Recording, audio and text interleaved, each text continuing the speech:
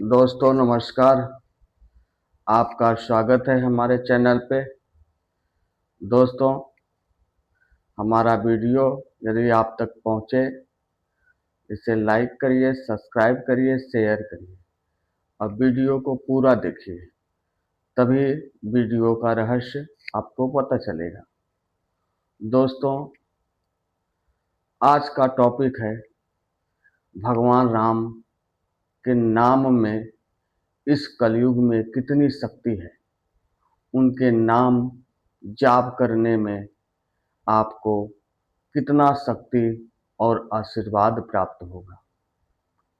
मैं एक प्राचीन काल की कथा आपको सुनाता हूँ कि भगवान राम के नाम जाप करने से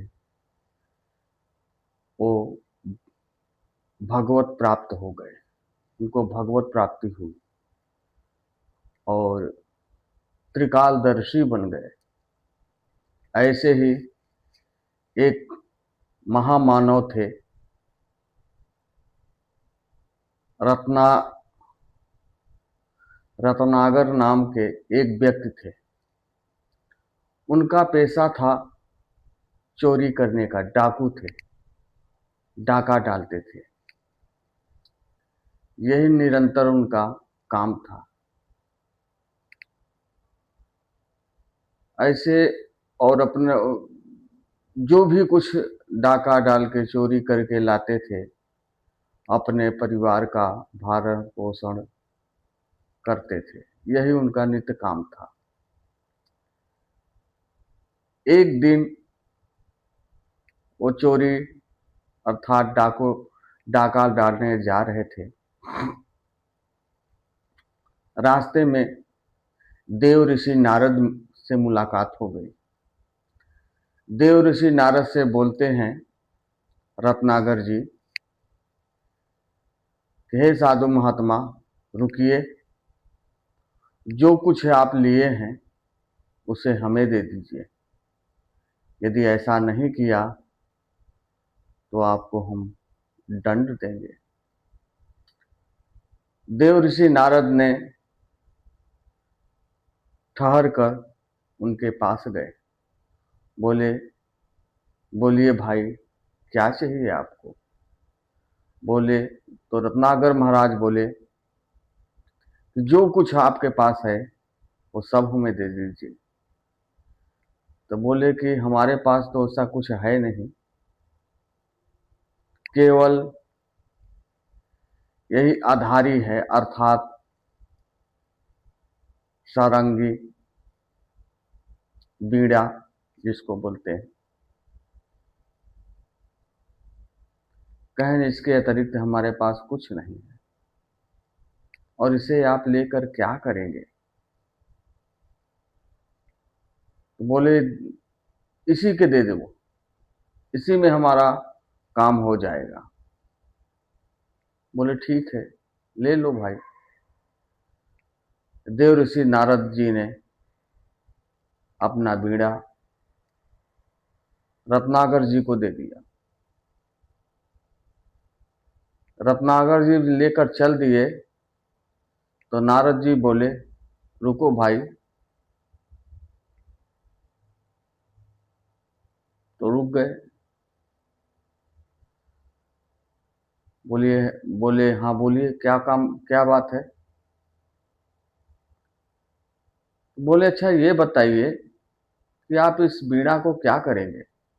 कहें इसको ले जाकर बाजार में बेचेंगे और फिर घर जाएंगे और अपने परिवार का पालन करेंगे इसके पैसे से, इसके धन से। कहेंगे अच्छा ठीक है जाइए, लेकिन एक बात हम आपसे बोलना चाहते हैं। कहना आप बोलिए। कहन घर पे जाइए, और ये जो आप कर रहे हो ये बहुत पाप है, और क्या आपके परिवार वाले आपके पाप में भागीदार हैं? कहन क्यों नहीं, यदि हम उनके लिए कर रहा हूं तो हम हमारे ऊपर जो भी कष्ट होगा, जो भी दंड होगा, जो भी पाप होगा, उसके भागीदार होंगे। बोले ठीक है, जाइए आप उनसे एक बार प्रश्न करिए, पूछिए। कहें ठीक है। रत्नाकर जी गए, बाजार में बीड़ा को बेचा और उसका जो कुछ भी धन मिला वो धन लेकर घर पहुंचे और अपने पूरे परिवार को अपने पास बुलाया। बोले कि हम चोरी डकैती डाका डाल के लाते हैं, तो हम तो पाप करते हैं, तो क्या आप लोग हमारे पाप में भागीदार हैं, होंगे? तो उनके परिवार वाले बोले ऐसा है, आपका दायित्व है, आपका कर्तव्य है हमारा सेवा करना, पालन पोषण करना, भोजन कराना, और आप कैसा भी ला रहे हैं वो उससे हम लोगों से मतलब नहीं है, और आपके पाप में भागीदार हम लोग क्यों होंगे? ये बात जब उनके परिवार वालों ने रत्नाकर जी से बोला, उनको बहुत तेज झटका लगा। उन्होंने कुछ तो परिवार वालों से बोला नहीं, परंतु झटका बहुत लगा। वहां से फिर देव ऋषि नारद के पास, जहां उनसे बेड़ा लिया था वहीं पे फिर वापस आ गए। देव ऋषि नारद से मुलाकात हुई। बोले क्या बोले आपके परिवार वाले? तो उन्होंने सारी कथा बता दी। तो कहन तब, कहन हे ऋषिवर, अब हमारे उद्धार का मार्गदर्शन आप ही करिए। हम तो बहुत पाप किए हैं अपने जीवन में और अब तक करते ही आए हैं। अब इसका उद्धार कैसे होगा, ये रास्ता हमें बताइए। कहन कर पाओगे? कहन बिल्कुल करेंगे, प्रयास करेंगे। जैसा भी होगा हम अपने पाप से मुक्ति पाना चाहते हैं। कहन ठीक है। कहन जाइए किसी एकांत स्थान पर भगवान राम का नाम जाप करिए। राम राम नाम जाप करिए। तो उन्होंने, वो तो एक पहली बात तो अनपढ़ थे, पढ़े लिखे नहीं थे रत्नाकर जी, फिर भी चल दिए। जाते जाते एक जंगल में पहुंचे, एक बट वृक्ष था, उसके छांव के नीचे बैठकर वो भूल गए कि हमने कौन सा नाम नारद जी हमें बताए थे, वो याद ही नहीं कर पाए। तो उनको सिर्फ इतने याद करते करते इतने नाम याद आया, मराम मराम मराम। तो रत्नाकर जी ने मराम मराम का नाम जाप किया, क्योंकि पहले तो मराम आता है, फिर तो राम तो आता है ना। तो मराम मराम नाम जाप करके कई वर्षों तक उन्होंने तपस्या किया। फिर भगवान उनको दर्शन दिए और आशीर्वाद दिए और उन्हें आज्ञा दिया कि आप त्रेता युग में स्वयं सर्वशक्तिमान त्रिलोकीनाथ भगवान नारायण राजा दशरथ के यहाँ राम रूप में, पुत्र रूप में अवतरित होंगे। उनके जीवन की सारी लीलाएं और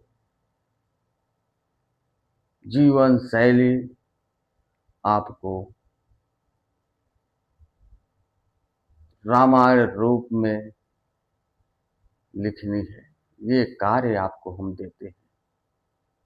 इतना कहकर भगवान विलीन हो गए। वाल्मीकि जी ने उसी स्थान पर उन्होंने तपस्या करके अपने नाम का, भगवान राम उनका नाम उच्चारण किया था, वाल्मीकि। वहीं से उनका नाम रत्नागर से वाल्मीकि पड़ गया। और भगवान राम धरती पे अवतरित नहीं हुए थे, वाल्मीकि जी ने